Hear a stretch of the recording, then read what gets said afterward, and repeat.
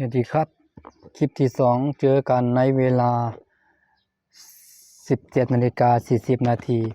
17:40 นาทีนะครับนะการที่คลิปวิดีโอนี้ก็ผมจะมาพูดถึงเรื่องเราทุกคนนะฮะไม่ว่าเป็นคนไหนก็แล้วแต่นะครับเราอัปโหลดคลิปวิดีโอใช่ไหมถ้าสมมุติว่าเมื่อกี้นะฮะเมื่อกี้ผมอัปโหลดคลิปวิดีโอลง YouTube ใช่ไหมห่างกันประมาณสัก10 วินาที10 นาทีหรือว่า15 นาทีแล้วก็อัปโหลดใหม่นะฮะแล้วก็ถ่ายวิดีโอนะตอนเนี้ยผมถ่ายวิดีโออยู่นะแต่ตอนนี้มันกำลังอัปโหลดก็ยังไม่เสร็จใช่ไหมมันอยู่ประมาณครึ่งหนึ่งประมาณ50 เซนประมาณนี้ผมจำไม่ได้50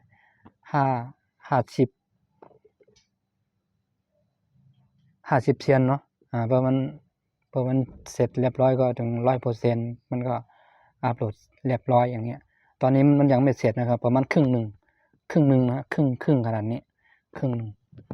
ประมาณครึ่งนึงก็ตอนนี้ผมอัปโหลดไว้ทีหลังผมอัปโหลดไว้ล่วงหน้าผมถ่ายวิดีโอไว้ล่วงหน้าเดี๋ยวถ้าผมอันนี้เสร็จปุ๊บ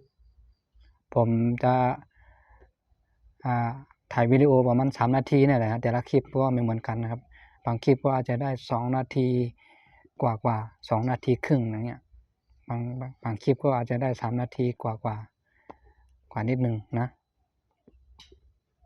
มันขึ้นอยู่กับที่เราพูดนะครับถ้าเราพูดเร็วเราก็จะได้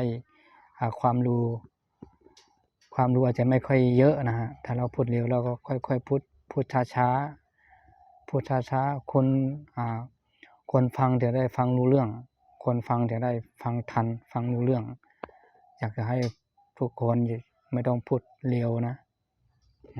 ถ้าพูดเร็วฟังรู้เรื่องก็ดีคือสำหรับผมไม่ใช่คนไทยไงผมก็ค่อยๆพูดคิดแล้วก็พูดไปนะ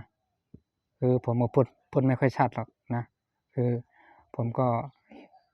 เรียนรู้เอานะทุกวันเรียนรู้เอาฟังที่เขาพูดสำเนียงมันไม่ค่อยได้ครับจริงๆผมฟังแล้วผมก็ฟังเอาตัวเองอยู่